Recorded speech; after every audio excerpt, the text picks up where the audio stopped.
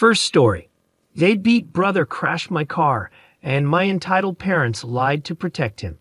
I have an older brother, John, who has always treated me badly. We're just a year apart, but he used to beat me up as kids and always acted like everything I owned belonged to him too. He was the golden child in the family, which made my life hard, so I moved out as soon as I turned 19. My uncle, who is a retired police officer, took me in when I left home. He even gave me an old Crown Victoria, which I absolutely loved. For some reason, John hated that I had that car. He went through 4 old cars that eventually broke down, while my Crown Vic kept running smoothly. After his 4th car broke down when he crashed it into a pole, he asked to borrow my car. I had a bad feeling and told him no. He called me entitled and said he needed the car to get to work. I told him to take the bus because I knew how he drives, and there was no way I was letting him use my car. My parents called me after that, trying to convince me to lend him the car. I refused, no matter what they said, because I needed it for my own transportation. John wasn't the only one with a job to get to. My uncle was proud of me for standing up to them, and even gave me a high five. A few days later after work, I noticed my car was missing from where I had parked it. I called John, but he didn't answer. Then I called my parents and asked if he had taken my car. They denied it at first, but when I said I was calling the cops, they admitted that John had taken it because he needed it. I told him he better bring it back immediately, or I'd get the police involved. They called me a jerk, but they also called John and told him to return my car. He showed up in the parking lot 30 minutes later. When I demanded to know how he stole my car, he held up a set of police Crown Vic keys he had bought online. Some of them were made to work with multiple cars. I told him that if he ever stole my car again, I'd have him arrested. Then he had the nerve to ask for a ride home. I reminded him that he left me waiting in the cold after stealing my car so he could walk home. He called me a jerk as I drove away. After that, my uncle installed a tracking device in my car. When Christmas came around, I was celebrating with my family like every year. The roads were cold and icy, so I had to be very careful while driving. By now, you might have guessed from the title, yes, John borrowed my car again during the Christmas party. He decided to pick up a friend and thought I wouldn't notice. But I did when I looked out the front window and saw my car was gone. I pulled up the tracking app and saw he was a few miles away. I called him to yell at him, and everyone at the party noticed something was wrong. I told him John stole my car again, and my uncle confirmed it wasn't the first time. John told me to screw off and said he'd be back soon. I warned him not to drink and drive, but he just hung up on me. While I was watching the tracker, the dots stopped moving. Then we got a panic call from John asking for help. He had crashed my car because he couldn't handle the icy roads and wasn't used to driving a rear-wheel drive vehicle. We all piled into my parents' minivan and followed the tracker to find him. We found John by the road with my Crown Vic nose deep in a snow-filled ditch. My uncle was furious since the car used to be a police vehicle, and I was beyond angry with John for stealing my car again. My parents wanted me to let it go, but I said enough was enough and that I was going to call the police. John begged me not to because he had been drinking before driving and would get a DUI. I told him he was going to pay for the damage to my car, or I'd sue him. As luck would have it, police were already on their way to check on the accident because someone else had called them. My parents tried to tell the cops that I was the one driving, and they were just there to help me. I told the cops that wasn't true, and my uncle backed me up. One of the officers recognized my uncle, and they had a quick chat. Then the police asked John for his license, and that's when I found out his license was suspended because of his last car crash. They also gave him a breathalyzer test. John ended up in handcuffs while my mom cried and begged the police not to take him away. The officer told her that she and my dad could be arrested too for lying to the police. That shut them up fast, and we all got back in the minivan. The Christmas party ended early, and my parents drove me and my uncle home since he had come with me. They didn't say much during the drive and sped off as soon as we got out of their van. They almost slid off the road themselves doing that. My brother was released from jail the next day, looking terrified and close to tears. The cops had scared him by talking about the horrors of prison, and he even wet himself. They let him take a shower afterward. My uncle started laughing and told us that his friends at the police department didn't file the DUI charge, just the one for the suspended license, which was about a $1,000 fine. My uncle said he just wanted to teach John a lesson and that this would be the only time he'd help him out. John then apologized to me and promised to pay for the repairs to my Crown Vic. He also swore he'd never touch my car again. When the car was pulled out of the ditch, the front end damage was minor, just a new bumper, headlight, and grille were needed. The damage was only on the surface, thankfully. My parents have pretty much pretended the whole thing never happened. John gave me the extra Crown Vic keys he had bought online and said he learned a lesson he wouldn't forget. Update. This is an update from yesterday. My brother kept his promise and paid for the damage to my car. The body shop guy gave me a fair deal to replace the damaged parts on my Crown Vic and just asked if I cared whether the parts were original or not. I told the body shop I didn't care if the parts were original since the car is old, and I didn't want the repair bill to get too high. I thought the damage was just on the surface. There was a bit more to fix. The shop said they needed to straighten out some minor damage, but it wasn't anything major. They could handle it easily. There was also a little damage to the fender panels, but they assured me it was easy to fix, especially since I didn't mind if everything wasn't perfect.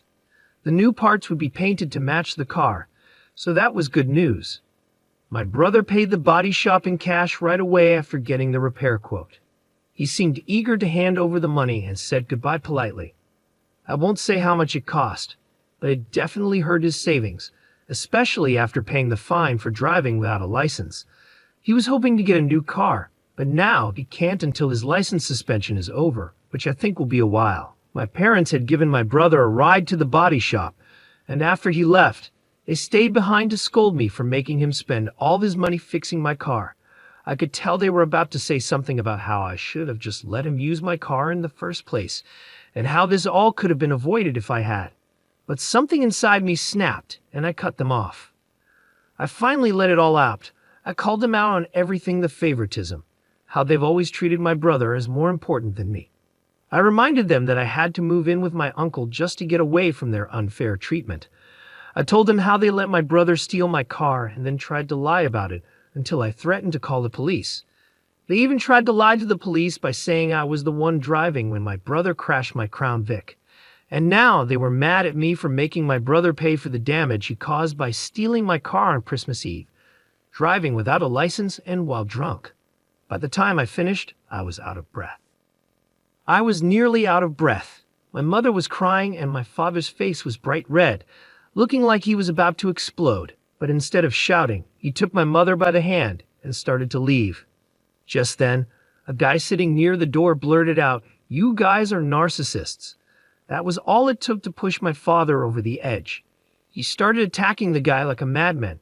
My dad isn't small, and he knows how to throw a punch, so he beat the poor guy badly like a wild gorilla. I yelled for the clerk to call the cops, and they did. When my father heard that, he bolted out the door and drove off, leaving my mother crying in the lobby. The police had to pick him up at home, and surprisingly, he cooperated when they arrested him. But now he's facing charges for assault. The guy my father beat up had a badly swollen black eye, a possibly broken nose, and a concussion. I was there when they put him in the ambulance to take him to the hospital. My mother has been calling me, crying and blaming herself. My uncle says it's about time my dad got some karma, and my brother is doing everything he can to stay out of it. This is not how I thought things would turn out. Update. My father is out of jail now, and I've been told he looks terrible. My mother paid his bail, and when he came out, he looked almost as beat up as the guy he attacked. Apparently, he picked a fight in jail over the weekend and got jumped by other inmates. My uncle went with my mother when my father was released and described what he looked like to me. He said my dad has 2 black eyes, dark bruises all over, a fat lip, and is missing a tooth. My uncle said my father didn't try to blame me for anything this time. He barely spoke at all. He just got into the minivan with my mother and went home. I managed to get in touch with the guy my father beat up. A friend of a friend knows him. I'll call him Scott for now. My father beat Scott up pretty badly. Scott has a concussion from hitting his head against the wall after being punched several times. His nose is indeed broken, and he's in a neck brace. He spent 3 days in the hospital. When I asked him what he planned to do, he confirmed that he's going to sue my father and has already spoken to a lawyer. I told him to do what he needed to do, but I don't have any more details about the case. My friends and I put together a gift basket for Scott, and we all chipped in some money since he won't be able to work for a while. Even my uncle contributed, even though he didn't have to. Scott was very thankful when we gave it to him. My mother hasn't tried to call or text me since my father was released, but my brother texted me that she's still been crying a bit, and my father has been mostly silent since he got home, hardly leaving the couch. The last time my father was like this, he didn't speak to anyone for at least a week, but this situation is much worse than what made him go silent last time. Final update. I know it's been months, but I finally have an update. The guy my father beat up is doing fine now, though he still needs to get his nose fixed. The rest of his injuries have healed well. He filed a lawsuit against my parents, and at first my father was determined to fight it, but he eventually changed his mind. Why? Well, for a few reasons. First, someone broke several windows on my parents' minivan in the middle of the night. My uncle said the police think it was done with a BB gun, but they couldn't find out who did it. My father replaced the windows himself, as he's done that before, and there hasn't been any more vandalism since. I think whoever did it might be connected to the guy my father beat up. Second, a lawyer told my father that he had no chance of winning in court. There was CCTV footage as several witnesses, including me, and no judge would side with him. The last thing that made him change his mind was when my mother threatened to divorce him. That seemed to be enough for him to finally give in. They settled the lawsuit in mediation before it went to court, but I don't know how much my father paid because my mother won't tell me. I'm guessing it was a lot. As part of the agreement, my father also has to go to anger management classes. I've only seen my father a few times in the past few months, and it's clear he's still mad at me. He avoids looking at me and always seems angry. But after everything that happened, he can't justify his anger anymore, not even to himself. He just sits quietly and fumes. He's also cut back on drinking a lot, probably because it's one less expense for him and my mother to worry about. As for my brother, you'll be glad to know he's been trying hard to make things right with me. He moved out of our parents' house and is living with a friend now. He got his license back, but doesn't have a car yet because he can't afford one. Instead, he rides a bike to work. His relationship with our parents is more strained now, though. After a while, our father started blaming him for everything that happened over the holidays, and our mother had to calm him down. My father is a lot calmer now since he started going to anger management, but it's clear he still doesn't like me. It's not like my parents are suggesting family therapy or couples therapy. I think my father doesn't want more people telling him he's wrong, and my brother and uncle agree with that. My father is still working, though his clients dropped off for a while. He's back on his feet now. My mother says he wants to get dentures for his missing teeth. It turns out he lost more than one tooth after getting out of jail. Initially, it was just one, but several of his upper teeth were already in bad shape, and he had to have more pulled. Now he's missing 5 teeth on the upper left side of his mouth. A lot of people criticized my uncle for keeping my brother's DUI from being filed, and I had mixed feelings about it too. My uncle read many of the comments and finally said, after a few months, that he'd never do something like that again, no matter who it is. I agree with him, and my brother understands too. So no one will ever expect my uncle to just fix things if they get arrested again. So that's my final update. See you all later. P.S. Yes, my car is doing fine. It has a tracker and a kill switch now, and there have been no mechanical issues since it was repaired. I think this story might be fake because everything seems too convenient, but I'll keep updating as the original poster shares more. Second story. My deadbeat husband left our toddler and baby on a busy road, and they almost died, so I packed my bags and left. Now he's begging for forgiveness. What should I do? Hey Reddit, I need to share what happened because I'm still shaking. I'm 27 and have been with my husband, who's 32, since 2024. We have a 5-year-old daughter and a newborn son. But tonight, something terrible almost happened. My husband has always had trouble focusing, but I never thought it would go this far. Our neighborhood is laid out strangely. with cars speeding by all the time. I was folding clothes when I suddenly heard our daughter scream, "Dad, help." That scream made me drop everything and run outside. What I saw made my heart stop. Our newborn stroller was rolling toward the busy street. I screamed and ran as fast as I could, barely stopping the stroller in time.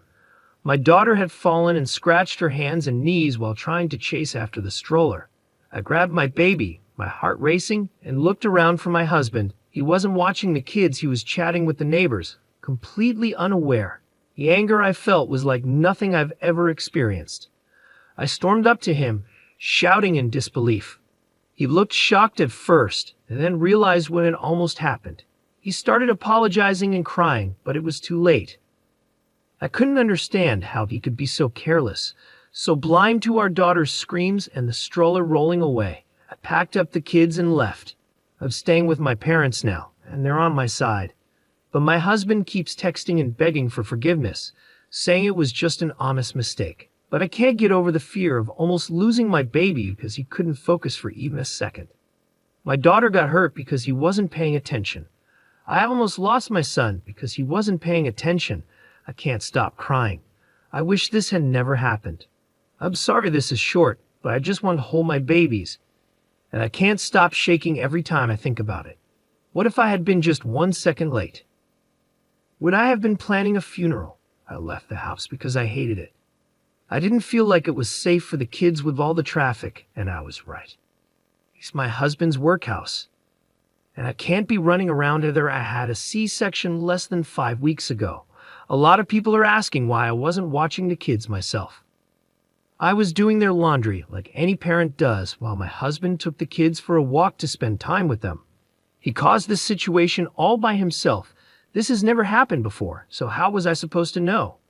People are asking why I didn't get him checked out. I'm not his mother. He's 32 years old. I'm tired of people acting like I have to parent my husband while I'm also taking care of a newborn and a toddler and still healing from a C-section.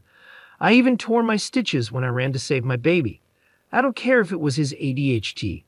The court wouldn't care either. If he had killed my child, he would have gone to prison, no matter what. Relevant comments and additional information from the OP. A specific comment mentioned, "Okay, he was 99% wrong, and I'd be furious just like you. But I'm a little confused about the situation. Why was your baby left unattended in a stroller? How did the stroller end up in the road if you were at home? Is it normal for your baby to be out front in the stroller while your toddler plays outside? Maybe it was a freak accident. As a mom, I have to be honest, most of us have had near-death experiences with our kids. We could be naive and expect our little ones to have more awareness and survival skills than they do. When my son was 2, we had a terrible experience with an escalator, and I still have trouble sleeping because of it. Every parent has these moments unless they're insanely lucky. I don't fully understand what happened, but it seems like he's really sorry and feels awful. Once you go through something like this, you never forget it. If he truly loves your kids, he's devastated and has learned a hard lesson. I'm not sure if your response was the best, but I understand why you did it in the heat of the moment. I think you two need to have a serious talk and maybe consider moving if possible. I wouldn't jump straight to divorce like Reddit often suggests. I believe there's a solution here, and I'm so sorry you're dealing with this. It's the worst feeling in the world. Ope's response. Hi there, let me clarify. I was sitting inside in the living room, and there's a big window behind the TV that was open a little so I could hear what was happening outside. That's when I heard my toddler scream for her dad to help. When I got outside, he was standing on the neighbor's driveway. I think he must have left the baby on the road because there's no way the stroller would have rolled off by itself. My toddler was playing with the neighbor's cat before she noticed her brother rolling away. When I confronted my husband about it, he just kept stuttering and couldn't explain what happened. I still don't know if he forgot to put the brakes on the stroller, if the wind pushed it, or something else. My neighbor contacted me and asked if I wanted the security footage because his wife is completely on my side. So I'll probably find out what happened once I get the video. Comment. I understand this is a horrible situation, but saying you don't care if it was his ADHD won't help and might make things worse. It's important to remember that with ADHD, sometimes people don't register things like this at all. People with ADHD often have shorter life expectancies because they may accidentally harm themselves. This isn't the same as being careless. Learning more about ADHD could help you both stay safer. Understanding how my ADHD works and using specific precautions has probably saved my life. You should tell your husband what you need from him, whether that's getting better control of his ADHD through medication or other methods, or setting clear rules like not taking the kids out front without you. It's strange that neither your husband nor the neighbor noticed the stroller you did from inside. Were the neighbors just watching the stroller roll toward the street? Was your husband somewhere where he couldn't see it? Were you already heading outside when this happened? I'm trying to understand why neither your husband nor the neighbor noticed, but you did from inside. People with ADHD usually react quickly in emergencies, so this seems odd. I'm not accusing you of leaving anything out, but think about what your husband and the neighbor were doing that they missed it. Something feels off. This is a terrible situation. I once lost a pet due to inattention from ADHD, but I can't imagine nearly losing a child. Op's response. That's why I'm waiting for the footage. It doesn't make sense how this all happened. I'm not sure how to describe my house. There's a big window in the living room that was open a bit so I could hear outside. The neighbor's house is 3 houses away, and we live at the end of the street near a main road. When you walk into my house, the living room is on the left, and the kitchen is on the right. When I got up, I couldn't run fast because I'm still healing. Sorry if this is confusing. When I ran outside, the neighbor's wife was running toward the stroller, but was still far away, and the neighbor was helping my little girl off the road. That's all I saw. I'm just waiting to hear back from them. My husband was just standing there with his hands on his head, doing nothing. Comment. I was shocked when I read what happened. Are you okay? Did you hurt yourself more? You just had a baby. What was your husband doing? Being outside with small children, especially near a busy street, should be like watching them swim. Anything can happen in an instant. I hope you're okay. Do you have cameras in your house? I wonder how long your husband was talking to the neighbor. Op's response. I tore my C-section stitches and had to go to the ER. While I was there, I made sure my little girl got her knees and hands bandaged up. The crazy thing is, I didn't even realize I was bleeding until I was in my parents' car. My mom noticed and panicked, taking the baby back to their house while my dad took me and my daughter to the hospital. Update 15 hours later. The neighbor's wife sent me the footage, and I just can't believe what I saw. My husband was walking with the stroller, and our toddler was in front of them. When they passed the neighbor's house, the neighbor was outside washing his car, and our toddler saw his cat and stopped to pet it. My husband stopped too, but he left the baby on the road. He didn't even bother locking the stroller wheels and walked all the way up the driveway without looking back. He had his back to the stroller for about 10 minutes before it suddenly started moving. I think it was because the road is on a hill, or maybe it was the wind. My toddler never went near the stroller. The stroller rolled down the road, and that's when my toddler started screaming and running after it. When she saw the stroller, the neighbor started running after my daughter, but she tripped, and he tried to help her up. That's when the neighbor's wife drove into the frame, stopped her car, and ran back toward the stroller. After that, everything went out of frame, but you can hear all the noise. My husband just stood there the whole time with his hand on his head, staring blankly. He didn't even move when our toddler was crying after she hurt herself. He only started crying when I confronted him. I don't know what to do. I'm panicking because this isn't the life I wanted for my kids. I can't understand why he just stood there. I haven't gotten a text or call from him since I saw the video, just silence. I can't stop hearing my daughter's screams in my head. It's a sound no mother ever wants to hear. I can't explain it, but it felt like my blood ran cold, and all I felt was pure fear. I'd never want to watch that footage again. Thank you for watching the video. If you're interested in more stories like this, we have plenty more to share. Just subscribe to our channel, hit the like button, and share it with your friends.